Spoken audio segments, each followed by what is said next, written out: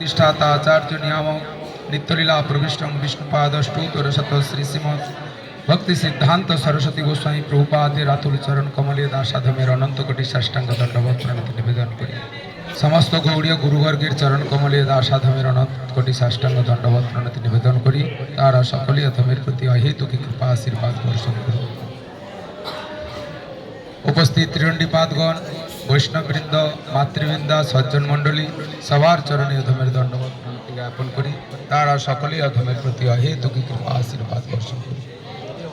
আমরা ধাম পরিক্রমা করতে করতে যে স্থানে এসে উপস্থিত হয়েছি এই স্থান শ্রী গোপীনাথ রাধা গোপীনাথ জি।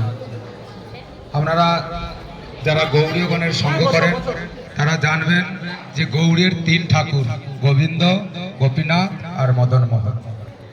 তো সেই যে আমাদের সর্বারাধ্য যে তত্ত্ব যে গোপীনাথ আর সেই গোপীনাথের স্থানে এসে আমরা উপস্থিত হয়েছি।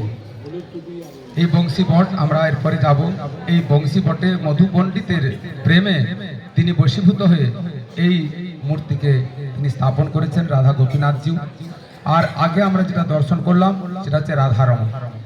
আপনারা শুনেছেন যে গোপাল ভট্ট গোস্বামী তিনি যখন তীর্থ ভ্রমণ করতে করতে তিনি যখন নেপালের গণ্ডকীতে যখন যান সেখান থেকে এক শালগ্রাম শিলা প্রাপ্ত হয়েছিলেন। সেই শালগ্রাম শিলাতে দীর্ঘদিনভাবে তিনি সেবা করতেন। সেবা করতে করতে তো একদিন তার মনে হয়েছে সমস্ত জায়গায় ঠাকুর কি সুন্দর কাপড় চোপড় পরানো যায়, কত না কত সেবা হয়, কিন্তু আমার শালগ্রাম শিলার জামা কাপড় পরানোর কোনো সেরকম ব্যবস্থা নেই। তো ঠাকুর ভক্তের মনেরকে বাসনাকে পূর্ণ করার জন্য সেই যে শালগ্রাম শিলা ঠিক একদম দেখেন ছোট্ট এক রাধারমণ বিগ্রহ সেখানে প্রকাশ হয়েছেন। আপনারা দেখেছেন সেখানে হরিকথা আমরা বলতে পারিনি।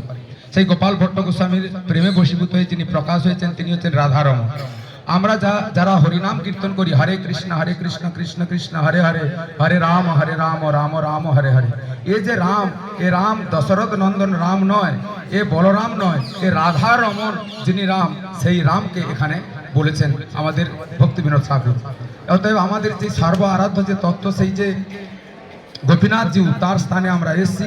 তাই গোপীনাথজির কাছে আমরা প্রার্থনা করব, হে গোপীনাথ আপনি যেমন সমস্ত জীবকে কল্যাণ করার জন্য আপনার ধামকে প্রকাশ করেছেন এবং আপনি এক জায়গায় বসে সারা বিশ্বের মানুষকে আকর্ষণ করে নিয়ে এসেছেন, আমাদের মনকেও সেভাবে আপনি আকর্ষণ করুন যাতে আপনার পাদ পদ্মকে আমরা প্রাপ্ত হতে পারি। আমি এই বলে এখানে রাখছি।